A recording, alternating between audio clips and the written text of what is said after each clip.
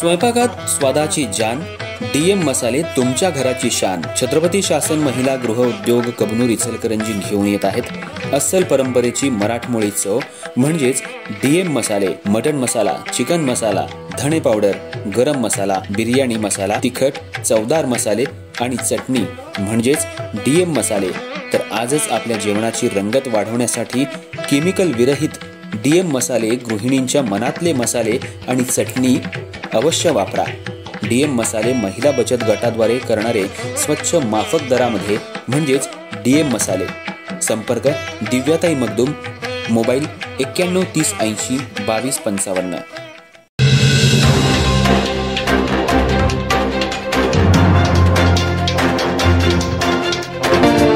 नमस्कार, मी तेजस्विनी मगदूम।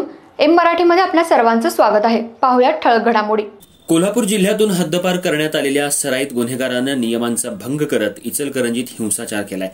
गाडी न दिल्याच्या रागातून तरुणाच्या डोक्यात लोखंडी पाईपनं प्राणघातक हल्ला करण्यात आला असून पीडित गंभीर जखमी झालाय। एकीकडे गणेश विसर्जनाची मिरवणूक सुरू असताना ही घटना घडल्यामुळे इचलकरंजी शहरात मात्र खळबळ माजली होती। इचलकरंजीत विसर्जन मिरवणुकीदरम्यान ही धक्कादायक घटना उघडकीला आली। निखिल नितीन घाडगे वय 25 राहणार साईनाथनगर भोनेमाळ हा तरुण गंभीर जखमी झालाय। तर हल्लेखोर आशादुल्ला हारून जमादार वय 27 राहणार अशोक सायझिंग मागा याच्यावर शिवाजीनगर पोलिसात गुन्हा दाखल करण्यात आलाय।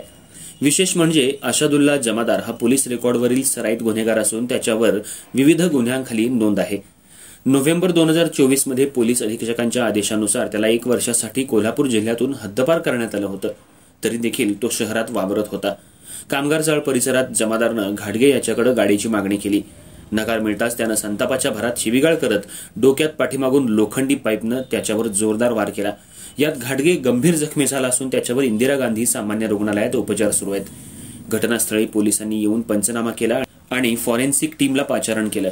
ही घटना काल संध्याकाळी 9च्या सुमाराला घडली। या प्रकरणी गुन्हा दाखल करून पोलिसांनी अधिक तपास सुरू केलाय।